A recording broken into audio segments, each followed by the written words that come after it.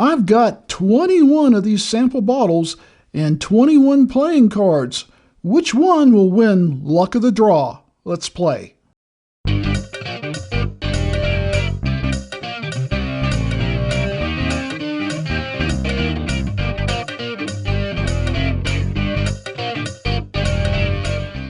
Well, welcome to another Luck of the Draw. This is version 10, or episode 10, I believe. On episode 9, we had a winner. We drew the Joker. And Scott, the winner, has graciously passed his gift along. He says, let it keep playing. So, the Joker is still in play, and you, if you have an episode coming up that you picked, you're still in play. So, Kim, would you show us the deck? And we're getting a lot less. It's like 12 cards and 12 bourbons left. So I'm just going to pick one over here. Let's see what we've got. We've got the Ace of Hearts. And so that should be AH. And tonight it is the Elijah Craig Single Barrel 18 year. Ooh, nice. Thank you, Kim. When we come back, we'll be set up and we'll get right into this Elijah Craig 18. Elijah Craig Single Barrel, 18 years old, 90 proof. This is interesting.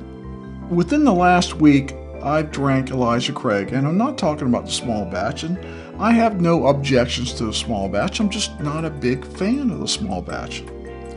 I had a Christmas party, and I wanted to take something that I thought would be accepted by most of the people that like bourbon. I didn't want to get some fancy finish or some real high proof or something watered down.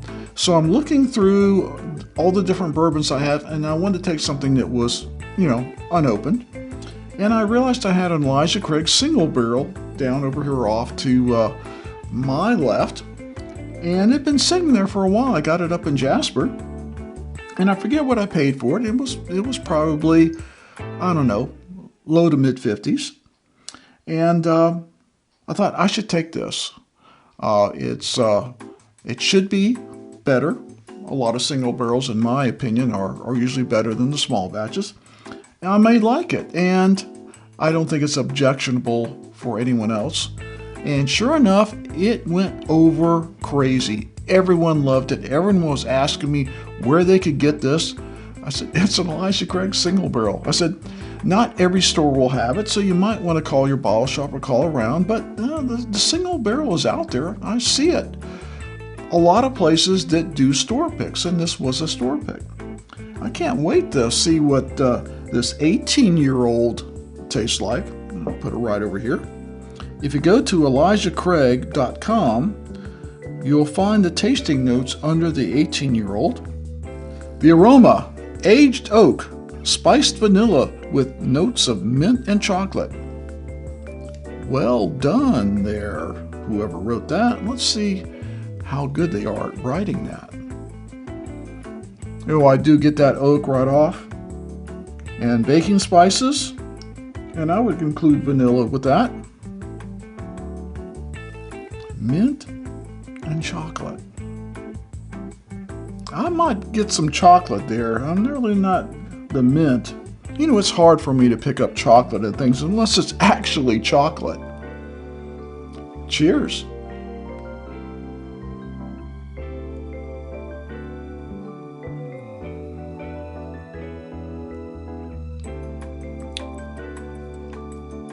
Oh, that is delicious.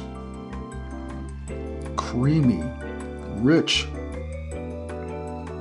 Without looking at the screen, I get just a little pepper on the tip of the tongue, not hot at all. Rich spices, and I didn't get it in the aroma. I'm getting a little chocolate. I tell you, I'm getting a little chocolate on my tongue. Nutmeg, cloves, chocolate, with some sweetness. And I can't really identify the sweetness. More of a lighter sugar, not a deep, dark sugar, not a molasses. Maybe it's the honey they talk about. It definitely is lighter. Well, let's take another sip and go to final thoughts.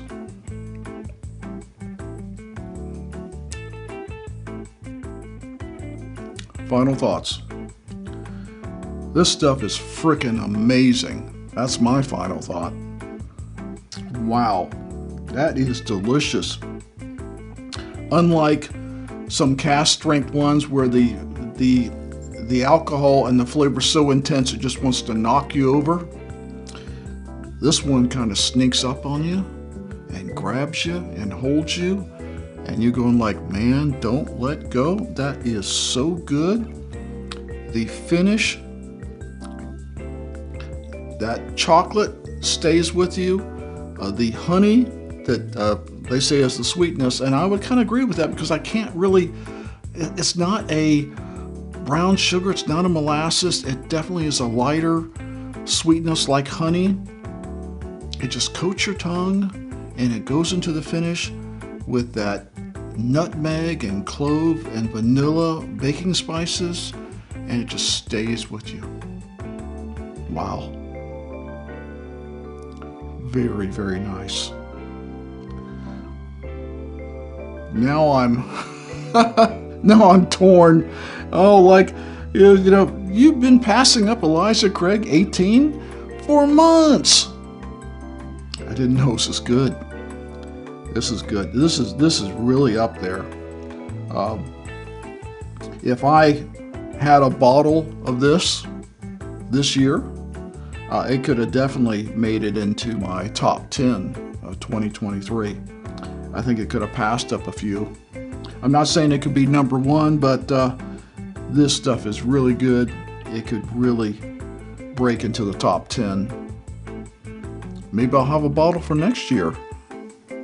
And we'll see. Maybe it can make into the top 10 then. All depends what the rules are for next year. Is it 2024 releases only? I may have to make an exception for this little guy.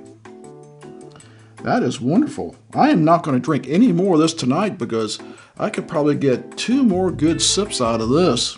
Wow. So, I really don't have much I could compare it to. I'll have to see in the future. Now that I've had this, maybe I can start comparing other things to this. So it comes down to what we always talk about on this show. Is this a hunt or not a hunt?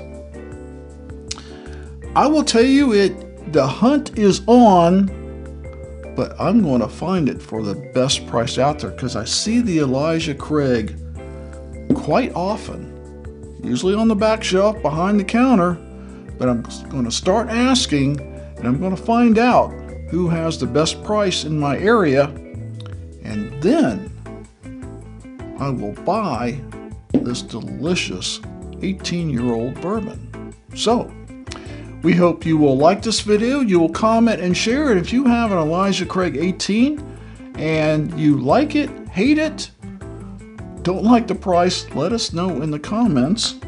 It's my first experience with it. I just opened it up, but I plan to drink this entire bottle over as many sittings as I can. So, as always, never drink and drive. Please drink responsibly, and we'll see you next time.